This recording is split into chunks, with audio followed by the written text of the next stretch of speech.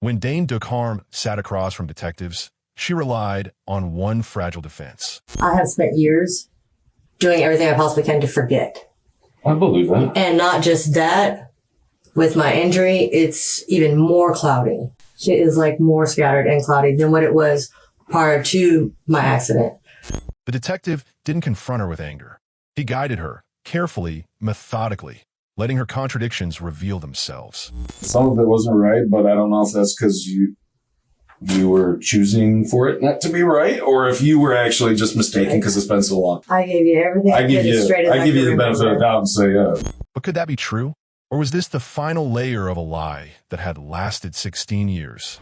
And then came the moment everything cracked. If I told you that your DNA was in there, that surprised you? Yes. It would? Yes. Okay. Well, looks like yours is on there. A single question, and suddenly the story she clung to began to collapse. But the pertinent questions are who this demonic woman is, what happened on May the 7th, 2002, and how detectives psychologically trap her with a perfect bait. Welcome back to my channel. I don't have many followers, but your single comment is a ray of hope for me.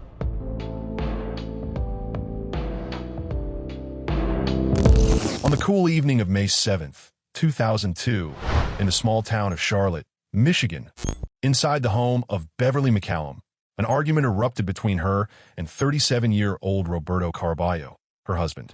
Neighbors later recalled hearing raised voices, though no one imagined the violence that followed.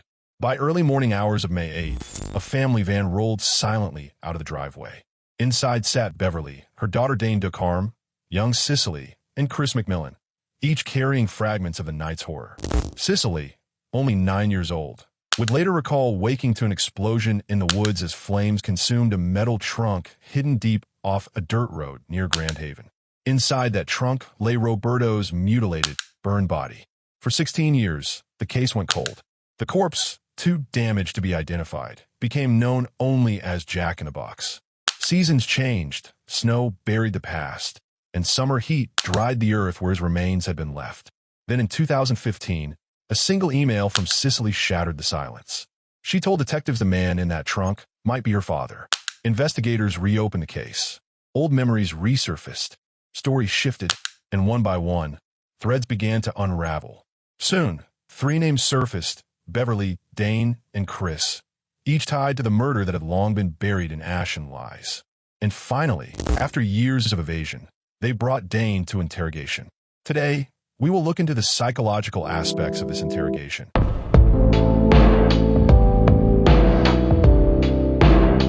And I was like, really, what did I sing? And he was like, Elvis Presley. I was like, I couldn't tell you one Elvis Presley lyric or song. I was like, that was nothing but the Holy Spirit keeping my body alive, dude, because I had no clue. Because you didn't know any Elvis. I had no clue, not one. Still to this day, I don't.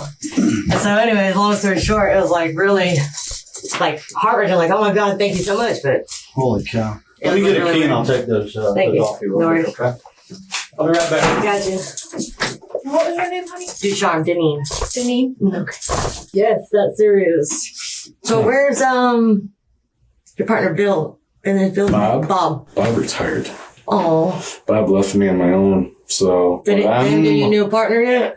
What's it? Well, he was from a different county, remember? Oh yeah. I'm from Lansing area, and then Okay. he's from Grand Rapids area. Grand Rapids, So, because he's where Y'all it just was got found. together because of the case. Yeah, he's like where it was found, and I'm where it happened. So, Gotcha. but I'm done. My investigation is So what's going on now? my investigation is over. I am done. I'm like, found out you were here. I was like, I'll stop and talk to her real quick, and So you were just in Florida? yeah, And you Florida just found and out I was Texas here? and Texas. Or you came because I was here? No. You just happened to be here. We're like, I know this person? Yeah, I actually have to be in Strange. Texas too. And Did you get I'm on like a little Mom? world tour this year. It seems like I've been going out of state all Did you the make it time. to India yet? Well, I heard that's where she's at. Somebody said she's in India. Pakistan. Pakistan. She's in Pakistan. I know where she's My at. sister posted it on Facebook. My middle Which sister. Tasha. Tasha did? Yeah. Yeah, I know where she's at, but she probably thinks she's safe there too. But The detective opens with small talk, humor, and personal familiarity, creating a relaxed atmosphere where Dane feels understood rather than threatened. This warmth psychologically lowers her guard and encourages voluntary disclosure. and I found Chris. Did you? Yeah, I found Chris, and How's he doing? I'm just curious. He was a good guy. he is a good guy. He's a really good. I like him. I got along great with him. He's a good guy. That's a guy I fell in love with, and my mom ruined everything. He's a good egg. I like him, and yeah, I've talked to him quite a few times. Things aren't going the best for him, but that's what some stuff he told me that he shot me pretty straight. I know I did. I know he was. I know he was pretty honest with me. Did he confirm things that I said? Well, yeah, some stuff that he told me kind of confused me a little on some stuff, but yeah, I wanted to talk. I wanted to go over some stuff with you, but tell you some stuff. But before I do that, you're in custody. So before we get talking too much, you're in custody. I want to do things the right way. Instead of confronting her directly, the detective hints that parts of Chris's statement confused him. These subtle contradictions forced Dane into a state of internal tension, as her version no longer aligns with what she imagines the detective knows. I'll tell you a few things because it kind of confused me. I think he'd been waiting for me kind of like for years, he'd been waiting for that knock on the door to come and somebody to ask him about this shit. And he after a few minutes of us talking, man, he just kind of unloaded everything on me. And I won't go into a lot of detail because that's what I don't want to tell you everything he said because I want to be fair to him. But I'll tell you a few things because it confused me. But yeah, he unloaded his whole story and confessed to being part of everything. And I could see after he did it, this like weight go off his shoulders. The detective describes Chris experiencing a weight off his shoulders after confessing, implying that honesty brings emotional freedom. This reframes admitting involvement as a path to psychological relief rather than punishment. Seriously, it was like you can see that when you do my job, you can see that a lot of times when people, tell you the real story finally or come clean. It's like, they freaking, you almost see this thing come off them and then they're like, good, it's over. Now I'll move forward. But that's kind of like, I've never seen anybody happen more than it happened with him. Mm-hmm. And yeah, I felt bad for him because he seems like a good dude. Mm-hmm. And maybe got caught up in some stuff that wasn't his deal, but yeah, what he told me painted a pretty clear picture, and I've been looking into this case so long that I knew he was being honest with me because it matched everything that I already knew. So I knew he was being pretty honest with me. Yeah, he told me some stuff quite a few things I didn't know too, but the basic part of it was he got it off his shoulders, and I don't know, he's got to deal with it now. So I was just glad I found him. Good. What? I was just worried that, you wouldn't find him. The one thing like burned into my brain was the last time I seen you, you're like, DNA? Was it the last time? I think so, but no, the thing you said was, you better be thinking about what will prove that you didn't do it and your mom did or something like that, mm-hmm. because that right there like burned in my brain, and I was like, oh my God, if you don't find Chris, like my mom is the type of evil bitch that would totally manipulate it around the opposite way. By stating that Chris's story matches everything investigators already know, the detective subtly suggests that Dane's version is the outlier. This nudges her toward adopting details consistent with his account. Well, that's what I'm confused about. That's my biggest thing I'm confused about is why you told me that Chris even existed. Because me and him were on the couch in the little room off to the side, and that would be the only person that confirmed that I didn't plot, or have anything to do with this. We were sitting in the room, and that was that. It all just came. That's the problem. Like, what the is going on? Like, wait, what just happened?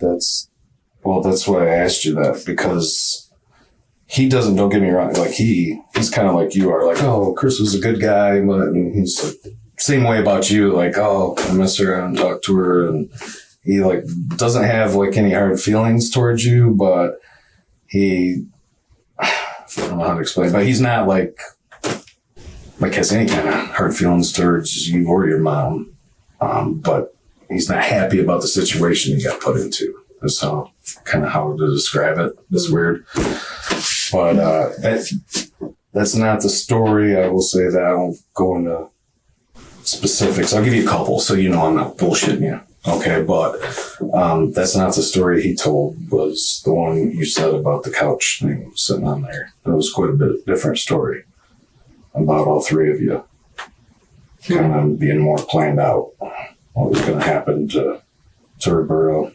By withholding specifics, saying that's not the story he told, without naming details, the detective creates uncertainty that Dane feels compelled to resolve. In trying to correct imagined inconsistencies, she exposes weak points in her narrative. That's why I'm like, why did she? And it wasn't like he's like trying to throw everything on you or your mom, or he wasn't like that. That's why I kind of respected him. You know, it was like he just shot me straight, and but I'm like, why the hell did you tell me that he even existed? Because he buried himself. He told me the truth. I think it was the truth.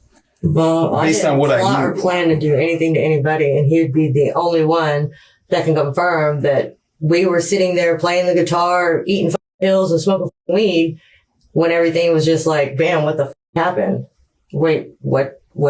That's what, like he, you mentioned about, like, you told me about cleaning up before, about your mom wanted to chip up the concrete and stuff. She was just, and he said the same thing. so much shit, to be honest with you. I keep telling you, like, I have spent years doing everything I possibly can to forget. I believe that. And not just that, with my injury, it's even more cloudy. Shit is like more scattered and cloudy than what it was prior to my accident. So from what I know in my heart, and I know that that wasn't something that I ever intended or plotted or planned or whatever. Like that was never, I would not benefit a damn thing from doing that. And I honestly don't intend to hurt or harm or seek out pain to anybody. I really don't. I just do what I can to survive. I've got some hangups, but I'm not a fucking crazy, insane person that's going around vindictively same thing with doing crazy stuff. Whenever Dane hesitates or blames her memory issues, the detective allows silence to linger. The discomfort prompts her to keep talking, often revealing more than she intended. You know what I'm saying? Yeah, I've got some issues mainly because of that. I like to say that incident kind of forced me to do things that wasn't naturally into my pattern. I was really big into school and, things like that before all that shit happened.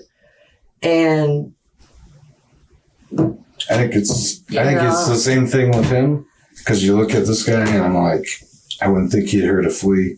I really wouldn't. I really don't even kill bugs. You know what I'm saying? It's a really up situation. And from what I can remember, I told you as straight as I could remember, as much as I could remember. Okay.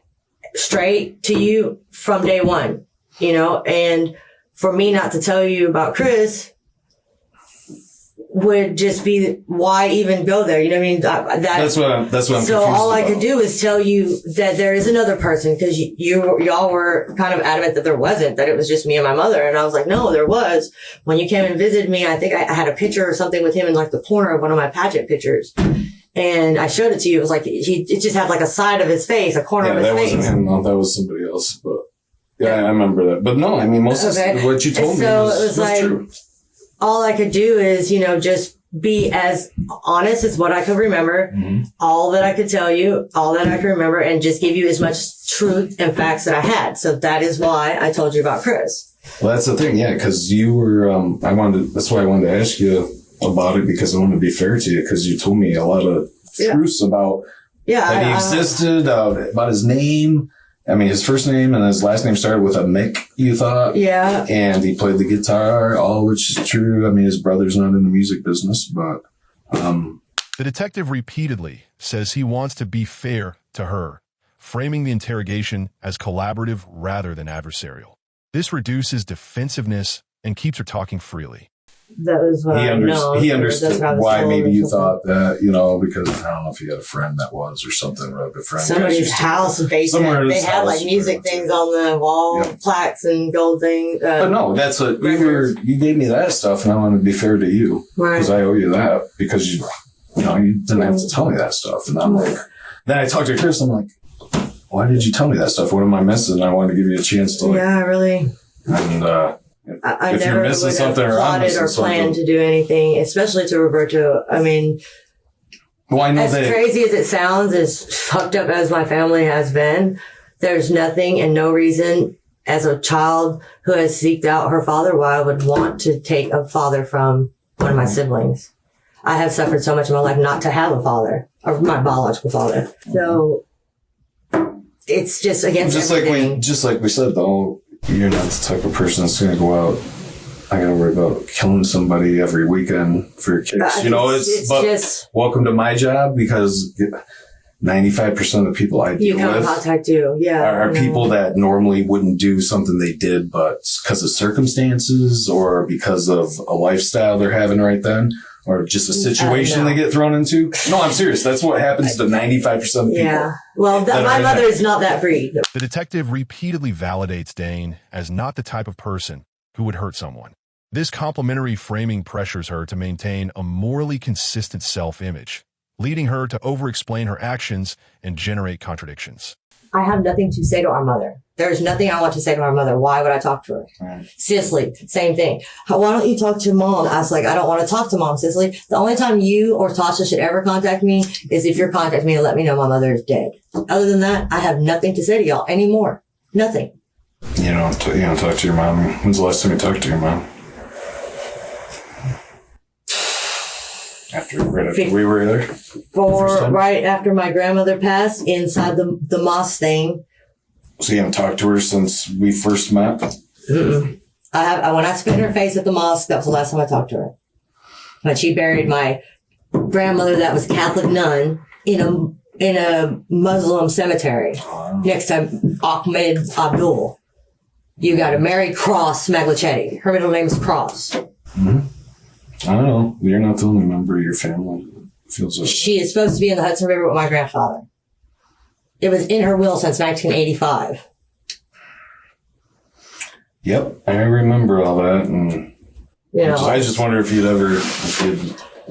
just for any reason. No, there is no reason. In fact, when I spoke to you guys and I was going through all that tizzy and Galveston, it was mainly because my mother had injected herself into my marriage. That's why I was in such a turmoil of chaos of what was going on between me and my husband. When I first seen y'all came and down, and I was like packing and moving and all of that. Yeah, that is because my mother injected herself into our marriage. And ever since then, it was like, I spoke to y'all and it was like, maybe finally, maybe just maybe I won't have to be haunted by her any longer. Yeah, unfortunately, it's not the case because I'm still here.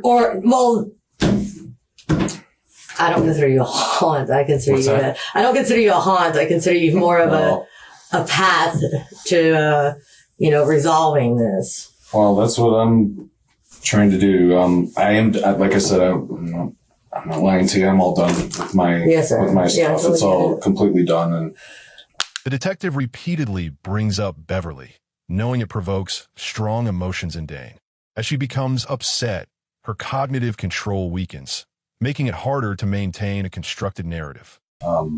That's what that was my biggest thing was I didn't know why you gave me the information you did on Chris. Some of it wasn't right, but I don't know if that's because you were choosing for it not to be right, or if you were actually just mistaken because it's been so long. I gave you everything. I give you the benefit of the doubt and say, yeah, it's been a while. It's probably nobody remembers everything, And honestly, I have done enough drugs and everything to attempt to forget all that. You know what I'm saying? Like that was my main goal. Yep, and is to black that shit out as fast as I could, if possible, which it's not possible.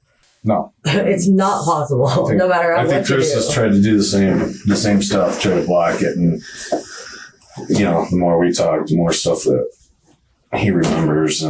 But yeah, I mean, a lot of this stuff doesn't look good for you. It doesn't like shine a good light on you from, you know, what you told me the first time. It's more of a, you know, I do remember you saying something about, which I know is true, that Roberto, because when he got out of jail, you know, he's reading his Bible all the time and he had a real problem with your lifestyle, you know, and so Chris a lot had to act like he was your, you know, boyfriend and stuff.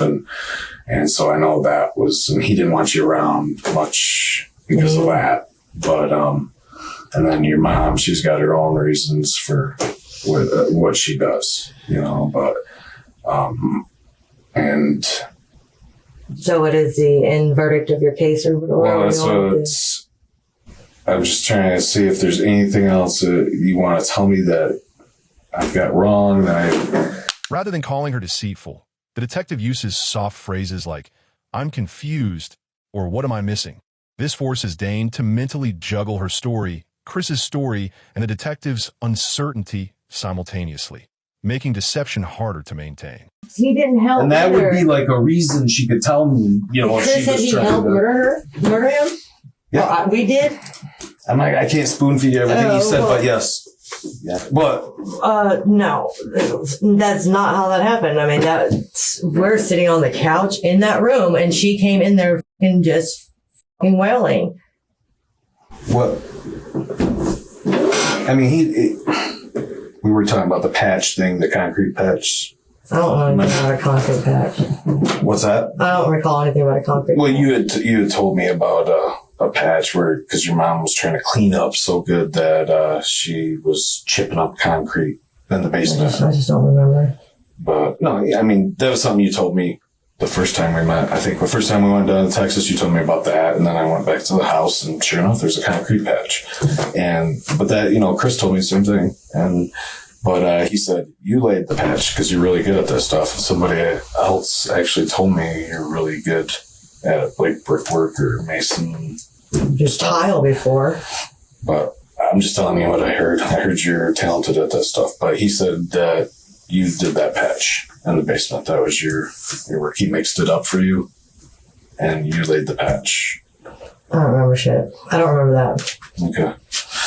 I don't even remember anything about a concrete patch. I'm sorry. Throughout the interrogation, the detective repeats the same questions about the basement, the concrete patch, and Dane's movements that night.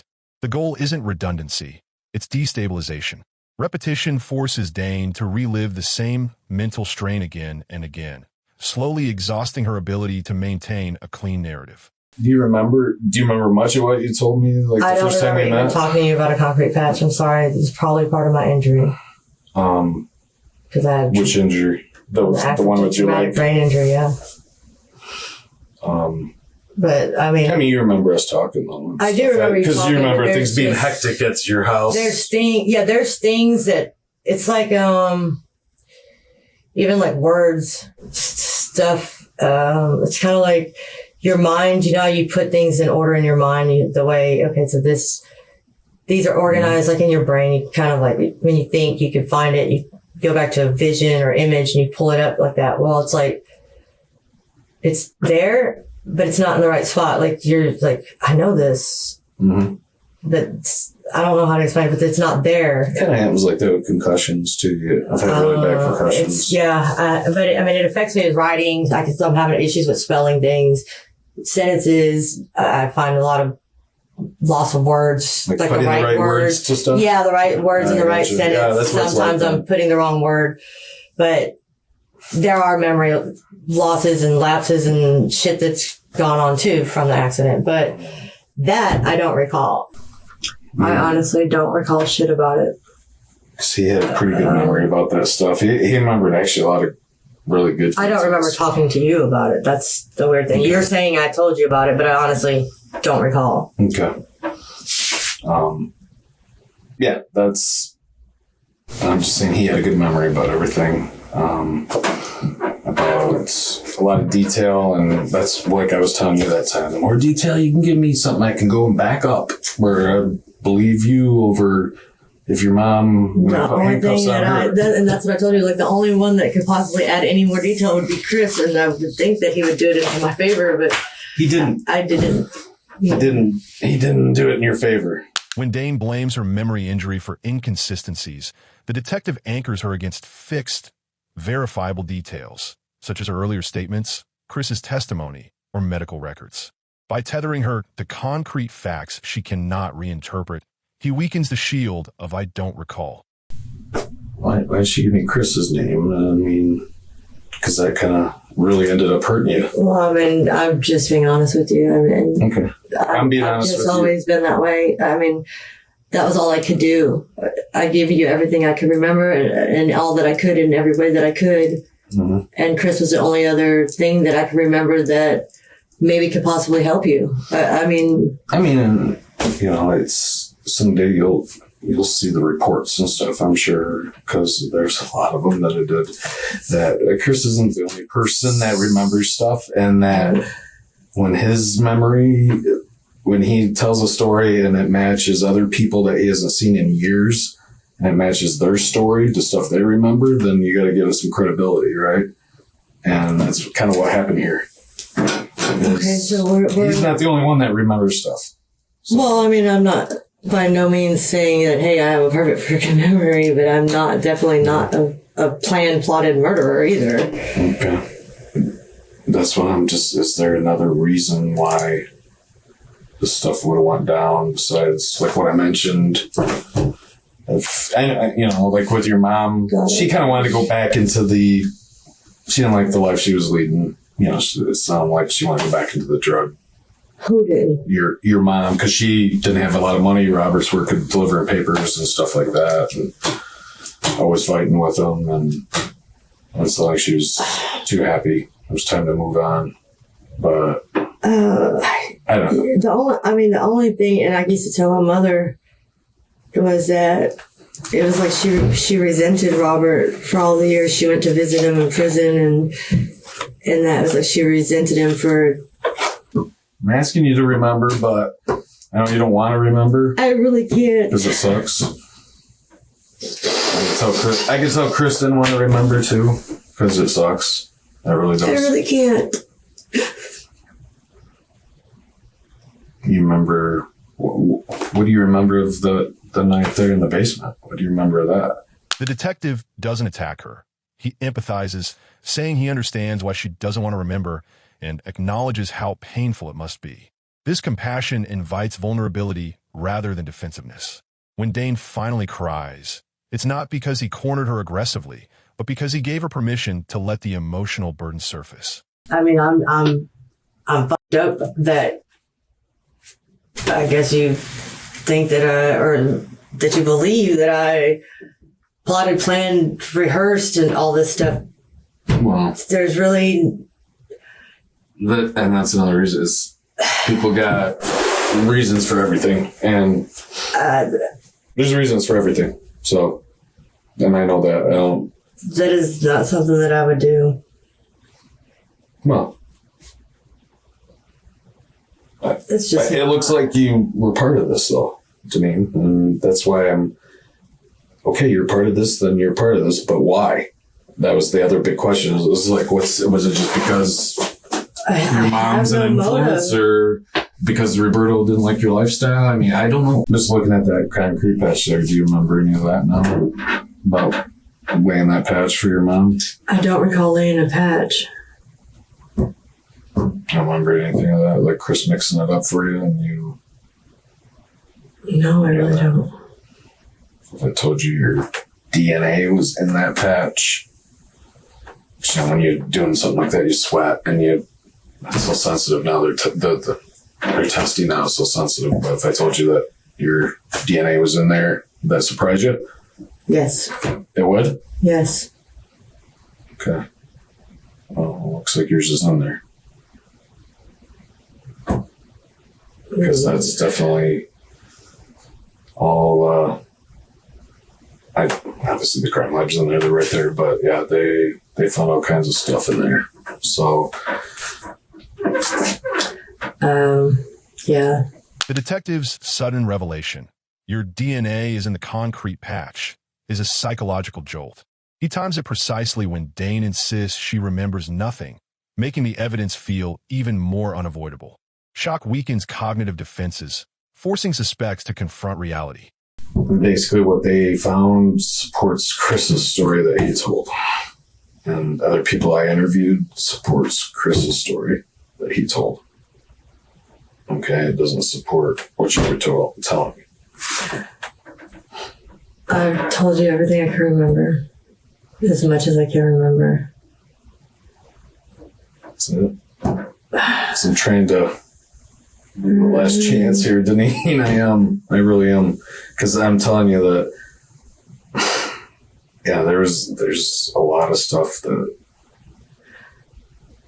points a little different direction. I mean, I think some of the stuff you told me was true, and I'm wondering if that's the case here. If you didn't tell me something, you want to clear up. Because, when I told you that thing about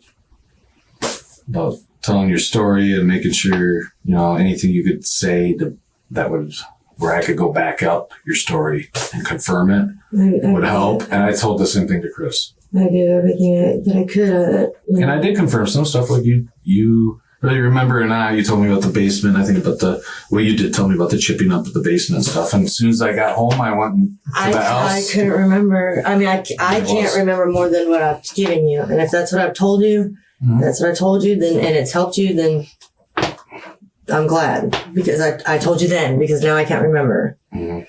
And my accident was that traumatic. And I do suffer from that. But Every time Dane gives a firm answer, the detective counters with a contradiction. Chris's memory, other witnesses, the physical evidence, or Dane's earlier statements.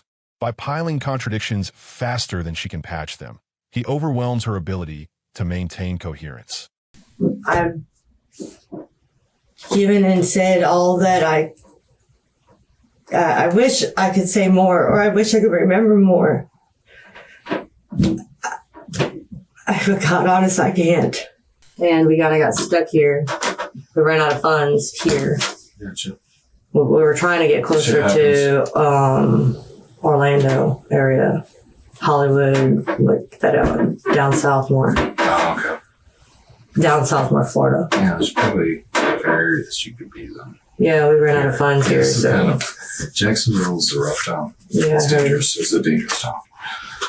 Dangerous, but no, reminds me of Columbus, Ohio. If you've ever been there, sometimes, but yeah. So, like I said, I'm done with my investigation, and I submitted it to the prosecutor, and he gave his answer was 3 warrants for Chris, you, and your mom. It was based off everything I gave him, and that was a lot of stuff he had to go through. So a lot of people did a lot of work on this. Chris is charged with murder too? Yes, it is, and he's, yeah, and that was another thing I was going to say to you. If there's some reason why,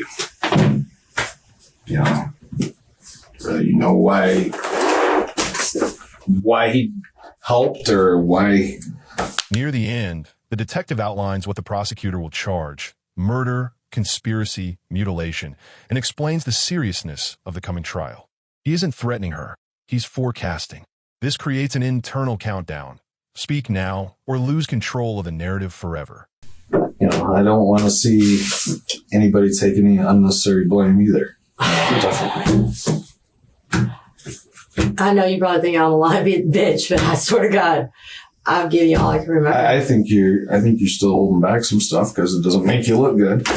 But I also think What people got. What else? Well, I think the truth doesn't look favorable. The truth. The truth already is not favorable. I mean, what I've given you is not favorable. So. Well, it's even worse. I mean, I'm just telling you what I think. Okay, that's just what I think. But I just think, the full truth is even less favorable. It doesn't make you look good, and it doesn't make you look good when you. How does trial and all that stuff work? Oh gosh, that's Like when do you get? Is Chris already gone to trial? Or do we all have to be there? It'll probably be separate. Everything will be And separate. each individual will be separate? Yeah. But yeah, Chris is already in our jail. Actually, the highlighted stuff is, or most of the highlighted stuff is the charges. The actual charge, you got 3 charges. All relating from the same thing.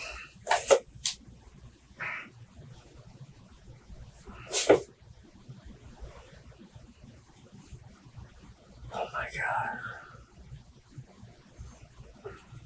I think I'm gonna be sick to my stomach. Wow. Yeah, it doesn't get more serious than that.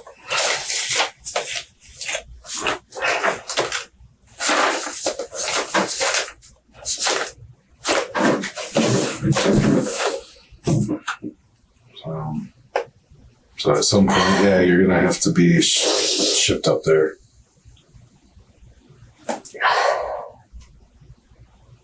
The detective emphasizes that multiple people, not just Chris, remember events that match each other but contradict Dane.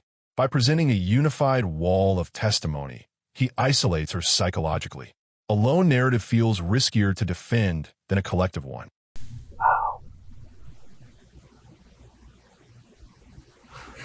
Nothing's over till it's over. Okay.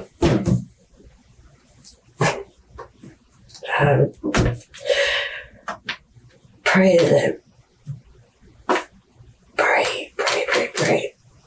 that the truth comes out and my mom finally gets what she deserves. And me and Chris don't Right. suffer this. So, Oh my God, I can't believe it. like I said, I imagine probably anything you can think of to tell me will probably help you. So, if you think of something, get a hold of me. Okay. Yeah. Thanks. All right. Don't thank me, but You do your maybe job. something we can do in the future. Okay, but okay.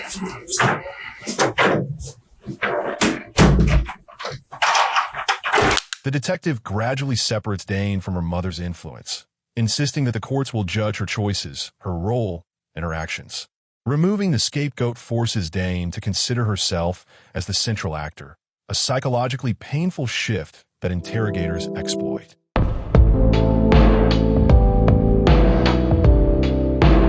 In this interrogation, the detective methodically dismantles Dane's narrative by confronting her with inconsistencies, corroborated witness statements, and forensic evidence. Though she refuses to confess, the detective successfully locks her into a fixed version of events that contradicts physical findings, Chris's testimony, and her own prior statements. Legally, this is invaluable. Her denials become impeachable at trial. Her contradictions demonstrate consciousness of guilt, and her inability to explain key evidence strengthens the prosecution's theory of joint participation. Even without a confession, the interrogation secures damaging admissions and omissions that ultimately support her conviction.